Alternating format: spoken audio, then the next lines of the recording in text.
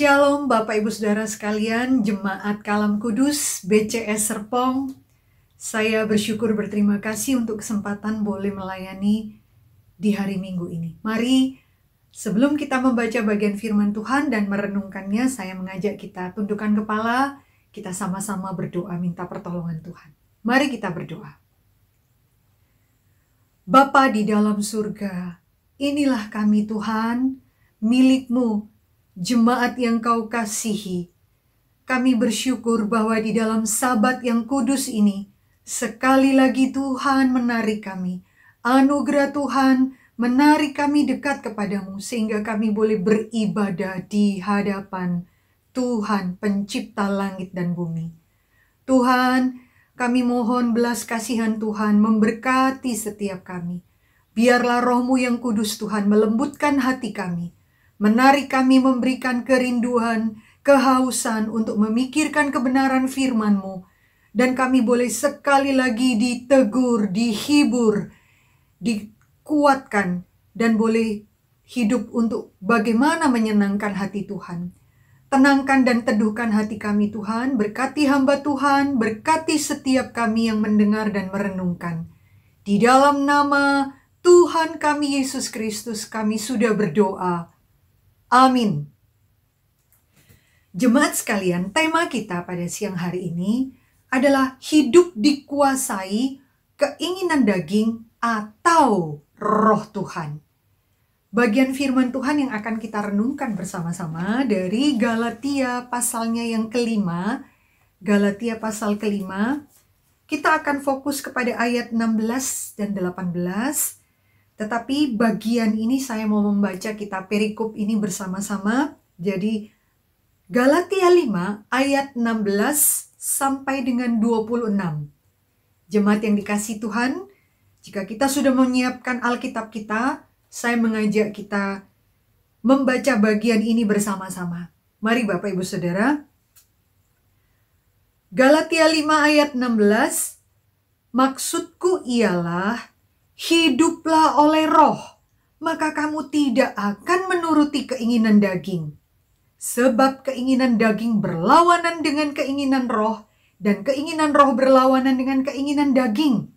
Karena keduanya bertentangan, sehingga kamu setiap kali tidak melakukan apa yang kamu kehendaki. Akan tetapi jikalau kamu memberi dirimu dipimpin oleh roh, maka kamu tidak hidup di bawah hukum Taurat.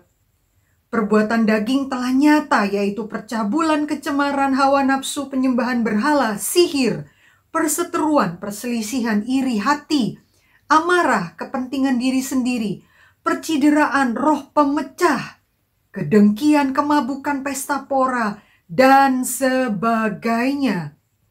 Terhadap semuanya itu, kuperingatkan kamu seperti yang telah kubuat dahulu, bahwa barang siapa melakukan hal-hal demikian, ia tidak akan mendapat bagian dalam kerajaan Allah. Tetapi buah roh ialah kasih, sukacita, damai sejahtera, kesabaran, kemurahan, kebaikan, kesetiaan, kelemah lembutan, penguasaan diri. Tidak ada hukum yang menentang hal-hal itu. Barang siapa menjadi milik Kristus, ia telah menyalibkan daging dengan segala hawa nafsu dan keinginannya. Jikalau kita hidup oleh roh, baiklah hidup kita juga dipimpin oleh roh. Dan janganlah kita gila hormat, dan janganlah kita saling menantang dan saling mendengki. Paulus mengingatkan hidup orang percaya itu memiliki keunikan. Bapak Ibu kalau mau tahu keunikan seseorang spesial, itu seringkali memakai gambaran itu dikontraskan, sehingga terlihat sekali uniknya.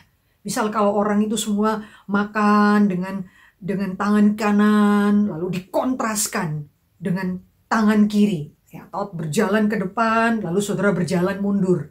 Itu kontraskannya, bertentangan. Bagaimana hidup oleh pimpinan roh Tuhan dan hidup oleh keinginan daging. Cara Paulus menuliskan Galatia pasal 5 ayat 16 ini dengan bahasa yang dikontraskan, ya, dipertentangkan. Keinginan daging dan hidup di dalam pimpinan roh. Itu bahasa paling sederhananya menunjukkan bahwa realita hidup kita sebagai orang percaya, anak-anak Tuhan, adalah realita hidup di dalam dimensi peperangan rohani. Itu suatu keharusan. Ingat Bapak Ibu Saudara bahwa hidup iman kita itu bukanlah perjalanan hidup iman kita bukan hanya bicara mengenai ketenangan, damai sejahtera, ya itu yang Tuhan berikan. Atau sukacita melimpah, menikmati berkat-berkat pemeliharaan Tuhan. Bahkan beberapa orang bisa ekstrim menggambarkan mengikut Tuhan itu seperti perjalanan ke sorga, bertamasya gitu ya. Sedang menuju dengan suasana yang gembira. Tetapi Alkitab juga menyingkapkan sisi-sisi keseriusan yang lain. Yaitu apa? Dimensi peperangan rohani. Itulah realita hidup kita. Kita tidak bisa tidak setelah kita percaya kepada Tuhan. Seluruh hidup kita adalah hidup yang berisi aspek peperangan rohani. Kita tidak bisa menggambarkan hidup kita tuh seperti orang lagi naik sepeda ya. Santai, goes, berpikir dia sedang naik sepeda santai di tengah-tengah taman, di tengah-tengah playground. Tidak, ironis sekali.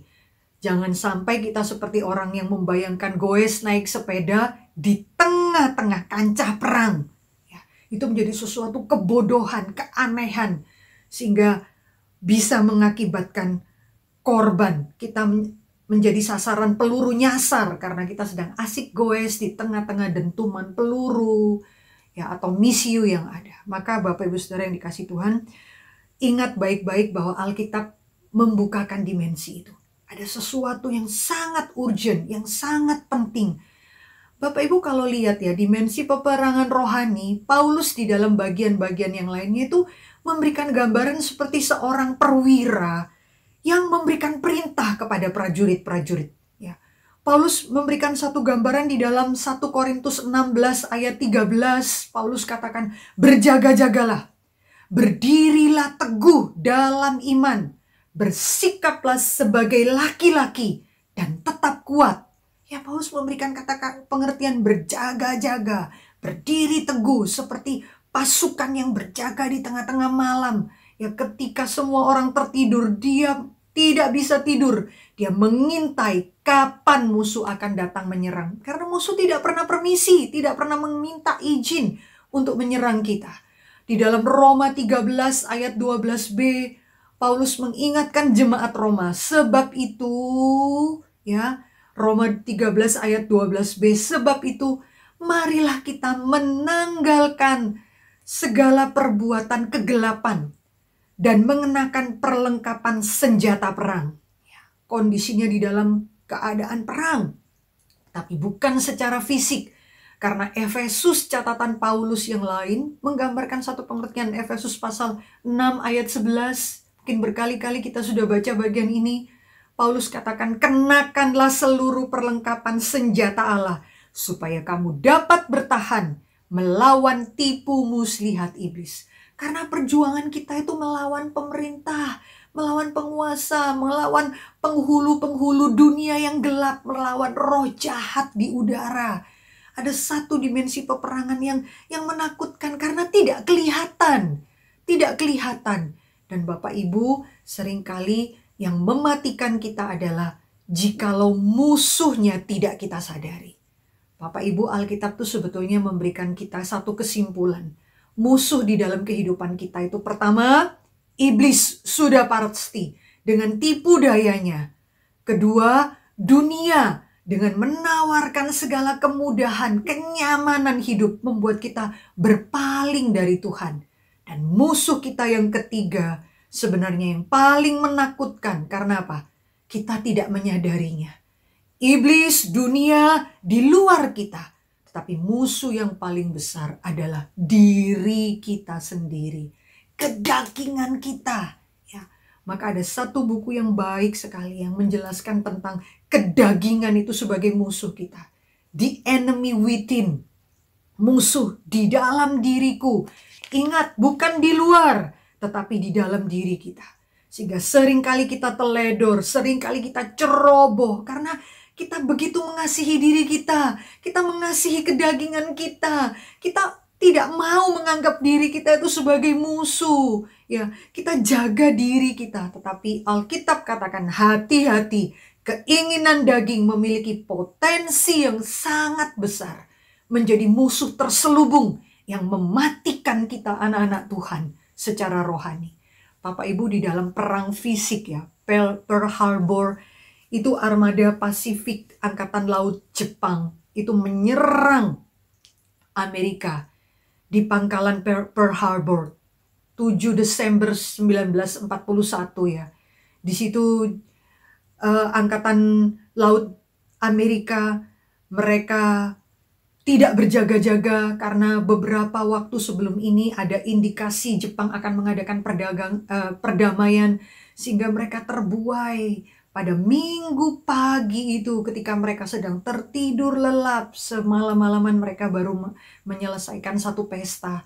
Maka pada jam 6 pagi armada laut Jepang menyerang armada Angkatan Laut Amerika, dan di situ terjadi kerugian yang besar.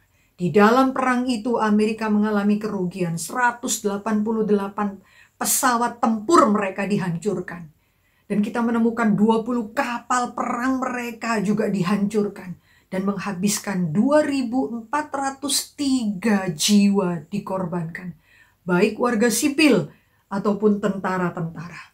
Kerugian yang besar. Kenapa bisa terjadi demikian? Karena armada laut Amerika tidak sadar bahwa perang masih ada. Tidak sadar ada serangan. Dan mereka tidak mengetahui bahwa musuh tidak pernah meminta izin kepada mereka. Maka Bapak Ibu Saudara yang dikasihi Tuhan, di dalam bagian ini kita akan melihat bahwa gambaran perang fisik itu juga menjadi satu keseriusan untuk melihat kehidupan kerohanian kita. Hidup orang-orang anak-anak Tuhan, orang Kristen sejati adalah hidup pergumulan peperangan kerohanian. Hidup di dalam keinginan daging atau hidup di dalam pimpinan roh. Dan peperangan ini terus hanya dapat dipahami oleh anak Tuhan sejati. Siapakah mereka? Orang-orang yang sudah dilahirkan baru, yang hatinya dipertobatkan di hadapan Tuhan. Mereka lah yang paling merasakan pergumulan ini di dalam kehidupan mereka. Di luar ini, tidak pernah ada satu orang yang merasakan peperangan seperti demikian. Mungkin Anda mengatakan, wah, apakah orang-orang yang tidak percaya, orang-orang yang tidak kenal Tuhan, mereka tidak pernah memiliki peperangan itu di dalam kehidupan mereka? Bagaimana jikalau mereka orang-orang tidak kenal Tuhan? Bukankah mereka ada penyesalan?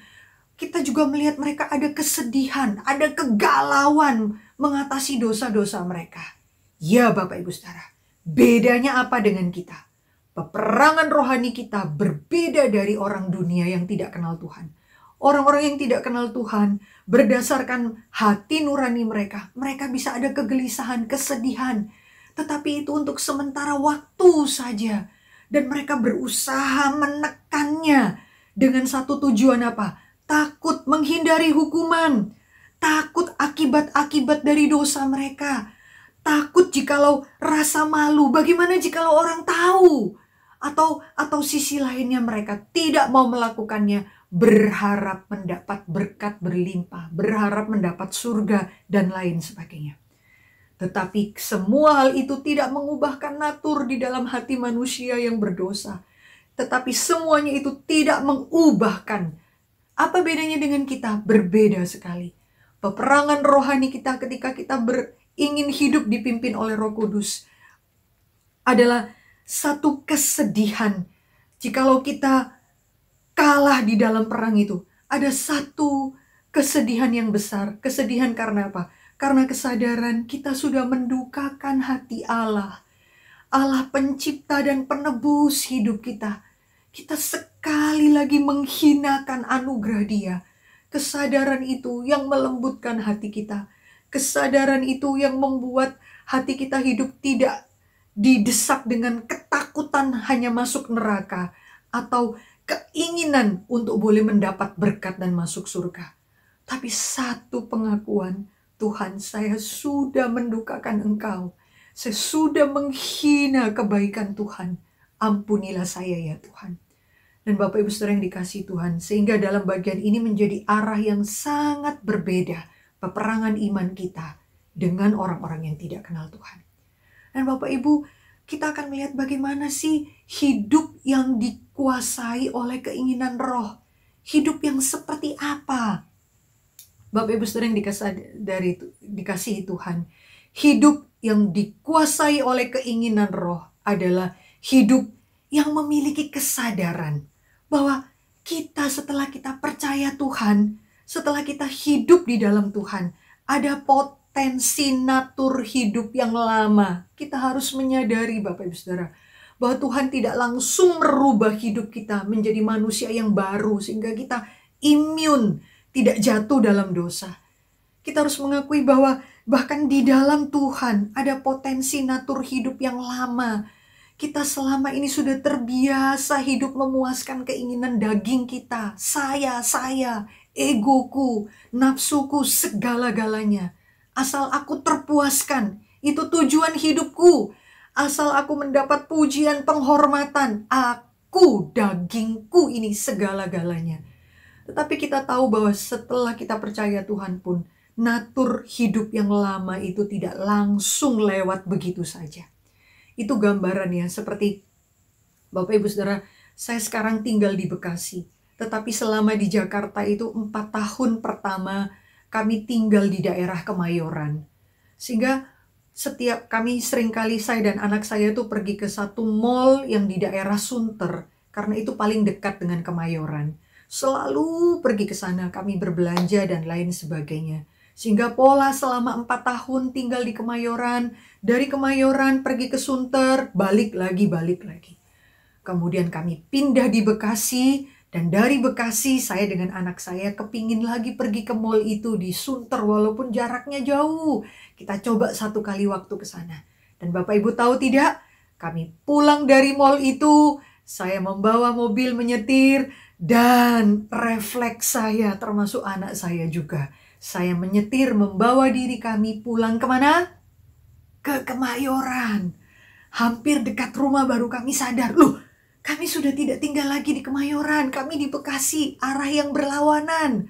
Tapi kebawa kebiasaan yang lama. Setiap keluar dari mall itu, kami akan balik lagi lewat jalan yang membawa kami ke Kemayoran. Sehingga kami berdua tertawa. How stupid ya. Sering berbalik. Maka Bapak Ibu Saudara, kita perlu hidup di bawah pimpinan Roh Kudus karena kita tidak terbiasa. Ya, kita perlu membawa pola yang baru, pattern yang baru, melatih, mendidik, mendisiplin diri kita. Kedua, hidup yang dikuasai oleh keinginan roh adalah satu kerelaan untuk memberi diri kita. Kerelaan, ya, terus-menerus kerelaan, memberi diri dipimpin oleh roh, oleh pimpinan Roh Kudus. Bapak Ibu Saudara yang dikasihi Tuhan, Tuhan Allah memberikan kita pengetahuan. Tuhan Allah memberikan kita peringatan-peringatan apa saja yang akan mendukakan hati Tuhan. Memberikan larangan-larangan untuk tidak jatuh di dalam dosa.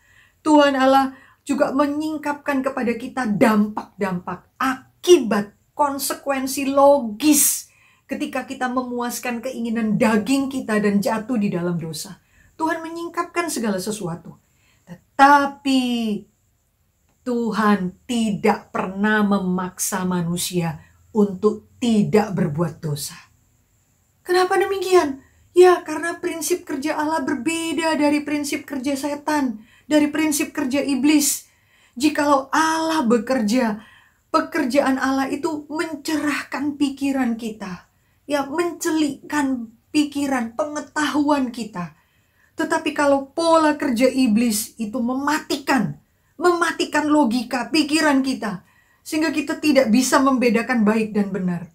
Allah kalau bekerja itu memimpin, mengarahkan kita. Tetapi kalau iblis itu merasuki, dia membuat kita tidak sadar apa yang kita lakukan. Ya, itu prinsip kerja iblis. Orang-orang yang dikuasai iblis, mereka kalau ditanya, mereka tidak sadar tadi melakukan apa, kenapa mereka melakukan. Itu prinsip kerja iblis. Tetapi Allah tidak demikian. Dan iblis membutakan logika hati nurani kita. Sehingga prinsip seperti orang dirasuki ya. Tetapi Allah tidak demikian. Allah memimpin, mengarahkan kita. Dan Allah tidak memperlakukan kita seperti robot. Kita perlu prinsip kedua, kerelaan setiap hari membaca firman Tuhan. Berdoa mohon belas kasihan Tuhan, bukan karena kekuatanku Tuhan, bukan karena kemampuanku Tuhan. Meminta seperti doa Bapa kami, jauhkanlah kami dari segala yang jahat Tuhan. Itu pergumulan kita. Karena kita tahu kalau Roh Kudus tidak pimpin kita, tidak arahkan kita, matilah kita, entah kemana kita. Terus memuaskan kehidupan kita yang lama, kebiasaan kita yang lama, pola hidup yang lama. Bapak Ibu Saudara, pergumulan ini nyata sekali di dalam kehidupan rasul besar di dalam Alkitab. Seperti Paulus yang tadi kita baca Galatia, Paulus tunjukkan ada pertentangan hidup di dalam kehidupan Kristen. Tetapi di dalam Roma pasal 7 ayat 14 sampai 26, Paulus memberikan satu gambaran hidupnya real, nyata, menjadi contoh bagaimana anak-anak Tuhan bergumul mengatasi kedagingan, mengatasi dosa dalam kehidupannya. Paulus tidak memberikan teori-teori tentang kedagingan, tapi Paulus menyatakan dirinya pun bergumul dengan hal itu. Bapak Ibu, saya rindu kita membaca bersama-sama ya, sehingga makin lebih jelas bagaimana pergumulan Paulus, rasul besar yang dipakai Tuhan. Dia sendiri pun tidak imun dari peperangan rohani ini, dari pergumulan menaklukkan kedagingan. Kita baca bersama-sama bagian yang saya mengajak kita buka Alkitab kita, Roma pasal 7, ayatnya yang ke-18, ayat 19. Mari Bapak Ibu Saudara, ada Alkitabmu di rumah, boleh buka. Ya, saya akan bacakan. Sebab aku tahu bahwa di dalam aku, yaitu di dalam aku sebagai manusia, tidak ada sesuatu yang baik. Sebab kehendak memang ada di dalam diri, di dalam aku, tetapi bukan hal berbuat apa yang baik. 19. Sebab bukan apa yang aku kehendaki, yaitu yang baik yang aku perbuat, melainkan apa yang tidak aku kehendaki, yaitu yang jahat yang aku perbuat. Perhatikan, coba lihat ayat 21. Demikianlah aku dapati hukum ini.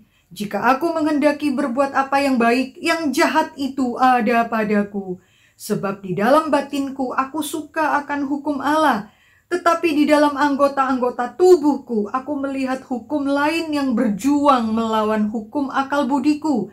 Dan membuat aku menjadi tawanan hukum dosa yang ada di dalam anggota-anggota tubuhku.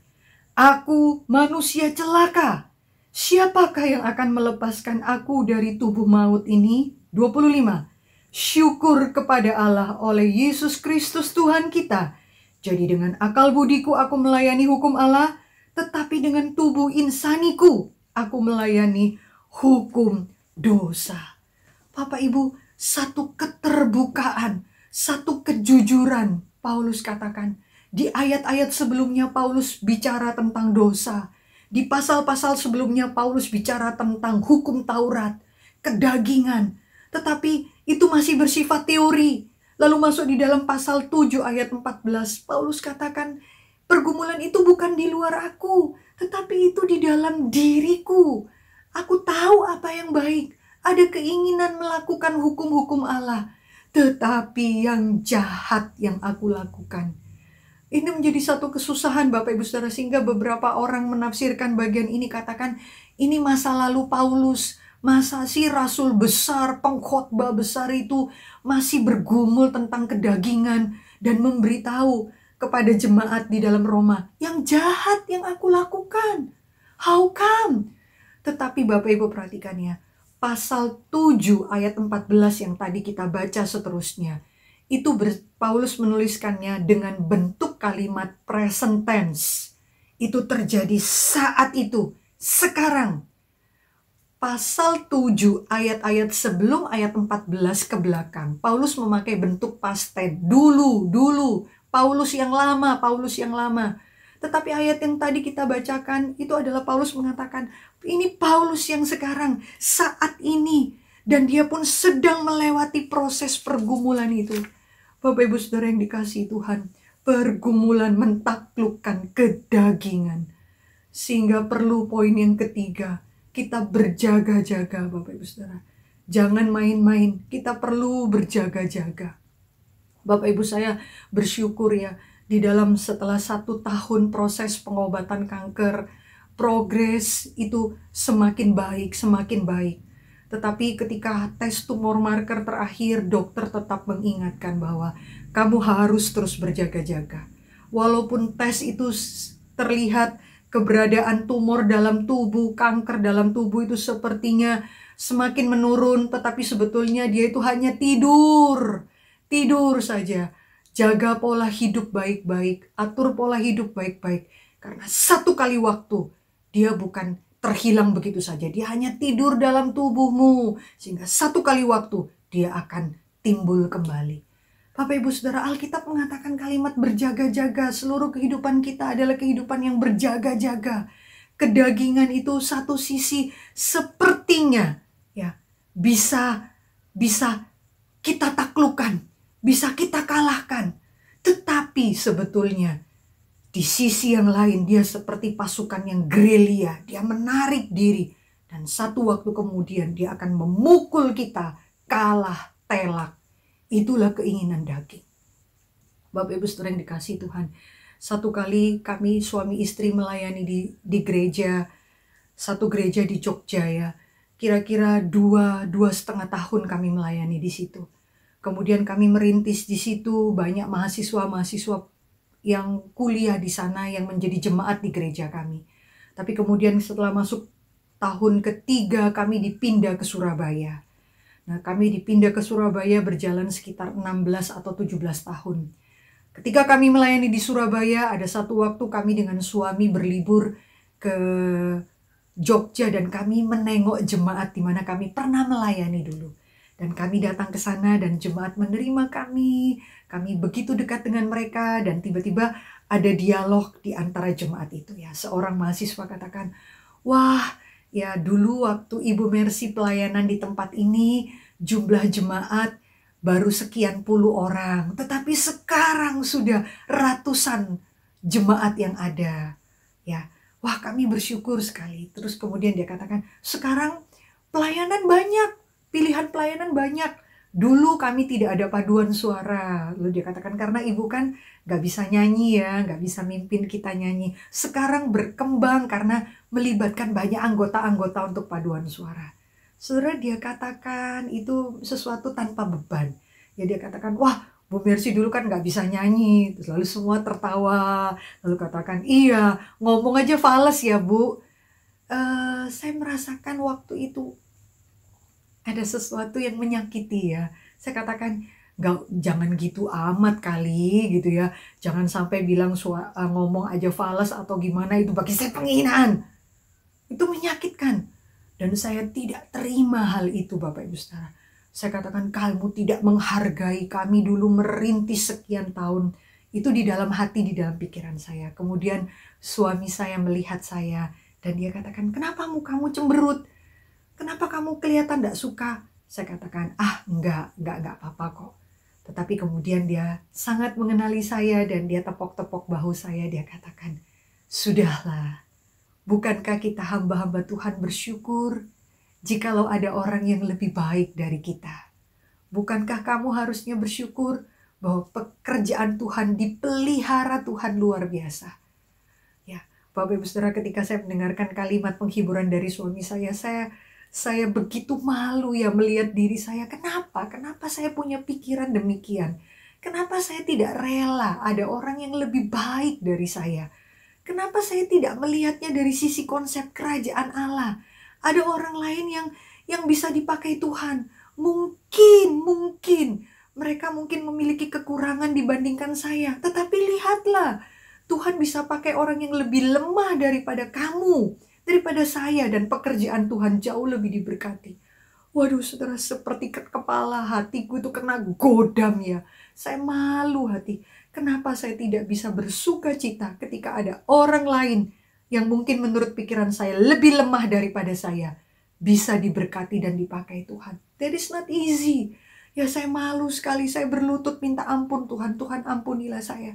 Saya perlu diubahkan untuk bisa bersuka cita melihat orang lain dipakai Tuhan. Dan Bapak Ibu Saudara, ketika saya berlutut hari itu saya menyesal sekali ya. Saya minta ampun pada Tuhan. Dan saudara jangan pikir bahwa itu bisa lewat begitu saja. Karena Bapak Ibu, tanpa saya sadari, saya pikir saya sudah menyelesaikan masalah dosa yang satu ini. Saya sudah mentaklukkan kedagingan ini. Tetapi beberapa tahun kemudian, Bapak Ibu, di dalam satu rapat ya, hamba Tuhan senior di tempat kami, seorang yang menjadi pemimpin di antara kami hamba-hamba Tuhan. Ketika kami rapat, lalu dia memberikan pujian kepada hamba Tuhan, seorang hamba Tuhan, mahasiswa praktek. Dan dia berikan pujian. Wah, ini dia memiliki potensi yang besar, khotbahnya bagus, kreatif, pelayanan anaknya bagus sekali. Dan Bapak Ibu tahu tidak? Entah apa yang ada dalam pikiranku, kedaginganku, sepersekian detik, saya merasa, saya pikir biasa aja. Saya bisa berpikir, gue lebih baik dari dia. Yang saya lakukan jauh lebih besar, lebih baik dari dia. Waduh saudara, ketika saya memikirkan itu, saya merasa jijik pada diri saya. Dan saya pikir, kok bisa ya? Dan saya merasa waktu itu saya telah gagal, saya kalah. Saya pikir saya sudah bisa mentaklukkannya. Tetapi kedagingan itu gerilya. Dia menunggu, dia mengendap-endap, menantikan kapan kita lemah. Dan dia kembali menjatuhkan kita di tengah hal yang sama. Maka kita perlu berdoa setiap hari. Jauhkanlah kami dari segala yang jahat. Bapak Ibu Saudara, berjaga-jaga. Poin yang keempat adalah bagaimana kita hidup di dalam pimpinan roh. Kita mengakui dengan jujur, mengakui dan kita bergumul. Bapak Ibu Saudara yang dikasihi Tuhan, Paulus katakan di dalam Galatia yang tadi kita baca ayat 19, ayat 20. Paulus menutup daftar dari keinginan daging itu dengan kalimat dan sebagainya. Dan sebagainya. Sehingga masih terbuka dan sebagainya. Anda dan saya seharusnya dengan cepat mengisinya. Mungkin kita baca bagian ini dan kita katakan, wah saya nggak ada di dalam bagian ini. Ya, tapi Paulus menutupnya dengan kalimat apa? Dan sebagainya. Maka kita bisa menulis di situ. Begitu banyak kelemahan-kelemahan kita. Dan Bapak Ibu perhatikan ya, Paulus ketika menulis di dalam ayat 19, Paulus menegaskan di dalam Galatia bahwa perbuatan daging itu nyata. Ayat 19. Ya. Katakan perbuatan daging itu nyata, disingkapkan, dibukakan Bapak Ibu Saudara. Nyata, pakai istilah faniros, berarti apa? Publik pun mengetahui, terbuka nyata, tidak ada yang disembunyikan. Bapak Ibu Saudara yang dikasihi Tuhan, kita melihat ya kehidupan kita saat ini, bagaimana keberanian orang itu untuk berbuat dosa. Menakutkan sekali. Ada tipe orang yang pertama Bapak Ibu Saudara, dia begitu takut untuk tidak berbuat dosa. Dia begitu menjaga diri untuk tidak jatuh dalam dosa. Ini yang paling baik. Tetapi ada yang tipe yang kedua, yaitu orang itu berbuat dosa dan kemudian dia malu. Tipe yang ketiga, orang itu berbuat dosa, dia malu dan dia menyembunyikan dosanya. Bahkan dia menggunakan segala cara ya untuk apa? Membenarkan dirinya bahwa dia memiliki kelemahan A, B, C dan lain sebagainya. Keempat, yang paling parah adalah orang berdosa. Dia tidak menjadi malu, tetapi dia memamerkan dosanya. Kata Paulus, perbuatan daging itu faniros, nyata, dibukakan di publik, diketahui publik. Ini yang paling menakutkan. Kita menemukan orang-orang yang berani berbuat dosa dan mereka tidak malu, mereka menyingkapkan. Bapak Ibu pernah tidak ketemu orang yang katakan, wah, saya tadi maki-maki orang itu ya, belum tahu ya, saya ini kelihatannya orangnya lemah lembut. Tapi kalau saya sudah marah, wah saya orangnya tegas. Dan dia memamerkan bagaimana dia memaki-maki orang. Dia memamerkan bagaimana dia menjadi orang yang berani. Dan menjadi orang yang menunjukkan egonya tidak bisa disinggung. Ya, dia memaki orang lain. Saudara akan menemukan bahkan di tengah-tengah tontonan kita. Saat ini kita menemukan orang-orang yang membuka aib, memamerkan aib. Justru apa? Justru makin laris manis diwawancarai di stasiun TV A, B, C, D. Demi apa? Bukan menyingkapkan kebaikan-kebaikannya, jasanya, prestasinya. Tidak perlu. Justru apa? Menyingkapkan aibnya. Dan di situ banyak orang yang mau mendengarkan. Menakutkan sekali Bapak Ibu Saudara. Poinnya adalah bukan sekedar saudara tahu atau tidak tahu kelemahan. Tetapi apakah engkau bergumul? Apakah ada kesedihan? Saya sampai saat ini berdoa, Tuhan mohon belas kasihan. Banyak kali saya juga tidak sabar kepada anak saya. Tidak sabar kepada suami saya. Seperti orang yang kehabisan bensin. Ya, saya bisa berkhotbah, bisa mengajar tentang pendidikan, berkhotbah, tapi saya sendiri butuh Tuhan. Betapa lemahnya aku di hadapan orang-orang yang aku kasihi. Orang-orang yang setiap hari berhadapan denganku. Dan itu menjadi pokok doa saya sampai sekarang. Bagaimana menguasai kedaginganku, menguasai mulutku. Untuk tidak langsung menghakimi atau menjudge orang-orang yang aku sayangi. Maka Bapak Ibu Saudara yang dikasihi Tuhan, terakhir kita melihat bahwa poin yang kelima, Paulus menggambarkan orang-orang yang dipimpin oleh Roh adalah orang yang aktif di dalam anugerah Tuhan.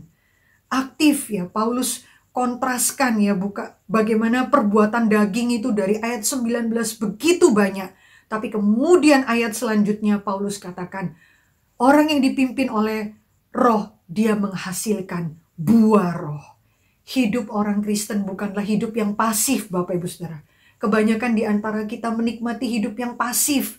Hidup yang mengatakan, saya kan tidak melakukan dosa-dosa seperti yang Paulus gambarkan. Ya, iri hati, kecemaran, hawa nafsu, kedengkian, pesta pora. Saya nggak ada, saya tidak lakukan itu.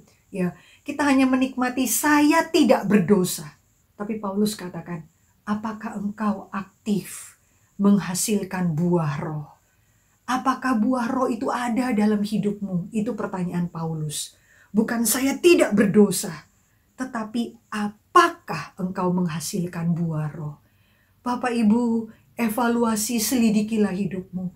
Apakah 9 buah Roh? Itu bukan 9 buah ya, tetapi 1 buah dengan 9 rasa. Ya, itu ada dalam kehidupan kita. Itu yang Tuhan cari. Berapa orang Kristen menikmati menjadi orang Kristen yang pasif. Dia tidak berdosa, dia tidak tamak, dia tidak melakukan hal-hal yang menyakiti Tuhan. Tetapi hidup imannya tidak menyenangkan Tuhan. Maka Bapak Ibu Saudara yang dikasihi Tuhan, prinsip buah harus menempel kepada ranting. Di dalam Yohanes dicatat, Yohanes pasal 15 ayat yang keempat, sama seperti ranting tidak dapat berbuah dari dirinya sendiri kalau dia tidak tinggal di dalam pokok anggur. Kita tidak mungkin berbuah jikalau kita tidak menempel di pokok anggur. Dan Yesus katakan, akulah pokok anggur yang benar, kamulah ranting. Barang siapa tinggal di dalam aku, ia akan berbuah banyak. Sebab di luar aku, kamu tidak dapat berbuat apapun. Apakah engkau menempel pada pokok anggur itu? Apakah hidup imanmu bersandar pada Tuhan? Bapak Ibu Saudara, Allah Bapa kita di sorga berbeda dengan bapa-bapa di dunia. Jikalau bapa-bapa di dunia, jikalau hidup kita makin mandiri, tidak bergantung kepada bapak di dunia, maka papa-papa di dunia biasanya bangga sekali. Anaknya sudah mandiri, bisa dilepaskan. Itu pola dunia. Tetapi Bapa kita di surga tidak demikian. Kerohanian kita makin dewasa ditunjukkan dengan makin kita bergantung kepadanya. Makin kita bersandar kepada Allah Bapa. Bukan mengandalkan kemandirian. Bukan mengandalkan kebisaan, kemampuan, kekuatan kita. Bukan. Sehingga di dalamnya kita melihat keaktifan karena anugerah Tuhan. Bersandar pertolongan, bersandar belas kasihan Tuhan. Kiranya Tuhan memberkati setiap kita. Mari kita masuk di dalam doa. Bapa di dalam surga, Terima kasih Tuhan, sekali lagi kami boleh merenungkan bagian firman Tuhan. Tuhan, ampunilah kami, jikalau dalam banyak hal kami lebih mudah mengakui kelemahan dan kesalahan orang lain, lebih daripada kami menyadari kelemahan dan kedagingan kami. Ampunilah kami Tuhan, jikalau dalam banyak hal kami lebih menuruti hasrat dan keinginan daging kami, daripada mentaati Tuhan. Kiranya Roh-Mu yang kudus terus menopang hidup kami Tuhan, dengan panjang sabar Tuhan memberikan kepekaan dalam hati kami, sehingga hidup kami makin hari makin menyenangkan hati Allah Bapa di surga. Terima kasih ya Tuhan, biarlah Tuhan memberkati setiap kami dan memberikan kami kekuatan menghidupi kebenaran firman-Mu. Dalam nama Tuhan Yesus. Amin.